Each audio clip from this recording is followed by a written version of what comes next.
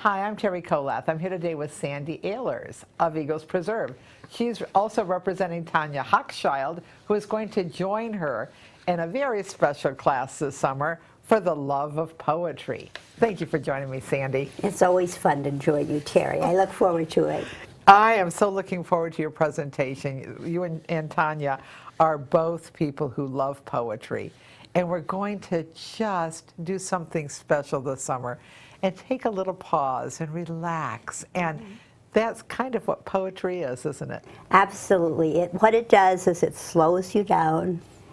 It makes you really look and really feel and really sense. And we don't slow down enough. Our culture is going much too fast. Our devices are driving us nuts. And I brought you a little thing to read by Gary Snyder.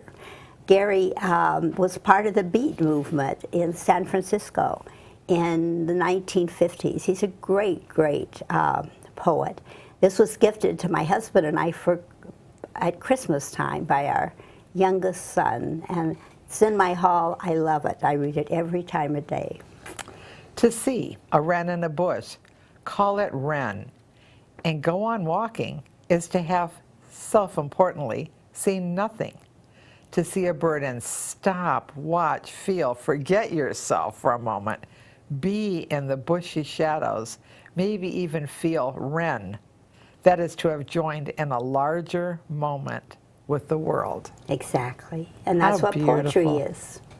It's a larger moment with the world. To actually see that wren and be with it, that's beautiful. Isn't that beautiful? And it does really talk about what we're trying to do here. Exactly. And it's going to be fun. I wish Tanya could be with us today. The last I heard from Tanya, she was on the Botswana River in South Africa. But she'll be back just in time. But I'm sure she's writing poetry.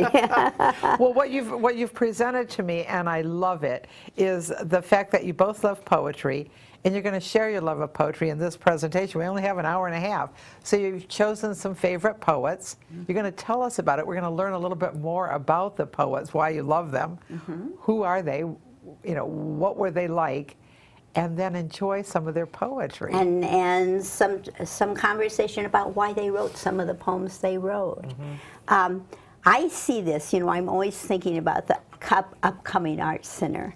And I always have loved to go to coffee houses and listen to poetry readings. Sure. And I know that there are many people here in our community that have favorite poets and would love sharing those poets with people. So when I was thinking about this, I thought this could maybe be a bit of a kickoff for other people that have favorite poets that could perhaps be in touch with you at different occasions and say, I'd love to share a few poems with you. And have some readings, our own coffee house. Yes, Fabulous idea. I think so. I brought a poem.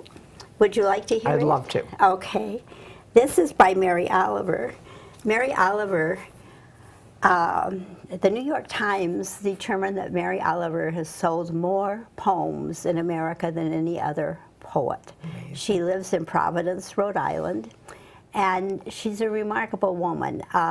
Tommy and I got to meet her 3 or 4 years ago. We brought her to Captiva Island for the Earth Charter with Peter Blaise Cochran, and he loved Mary Oliver. We loved Mary Oliver. She writes about nature the same way that Gary Snyder does. And Gary Snyder does it in a more spiritual way. Mary Oliver does it in a very matter-of-fact way. Now this is a poem. I happened to read this at my husband's memorial service because it was one of our favorites. In fact, she gave us a broadsheet of this as a gift. And it's about her dog, Percy. Percy was a little white, fluffy Bajan kind of dog, and he took her walking on the beach every day. He'd insist. She could be writing a very important poem, and Percy would come and say, okay, let's go. So this was after Percy died. And the first time Percy came back, he was not sailing on a cloud. He was loping along the sand as though he had come a great way. Percy, I cried out and reached to him those white curls, but he was unreachable. As music is present, yet you can't touch it. Yes, it's all different, he said. You're going to be very surprised. But I wasn't thinking of that. I only wanted to hold him. Listen, he said, I miss that too. And now you'll be telling stories of my coming back, and they won't be false and they won't be true, but they'll be real. And then, as he used to, he said, let's go. And we walked down the beach together. Oh, it makes me want to cry. It's beautiful. It just brings out the emotion of loss and Yes, and hope love and love. all those good Beautiful. things. Isn't that beautiful? Ah, this is going to be quite a class. Oh, it's going to be fun. It's going to be fun. It is. You know, I think, well, you know what a fan I am of the Academy. And part of it is the rich variety, as you were saying, what you've talked about this morning, which were subjects miles apart.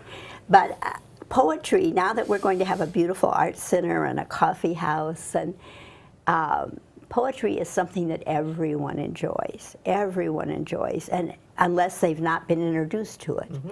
And this is why maybe classes like Tanya and I are thinking about could be important and could be ongoing and include other people. And how wonderful to be inspired by other poets and maybe get in touch with your own feelings. Jot them down and start to write. And write. I never thought I could write poetry. I've always been a prose writer.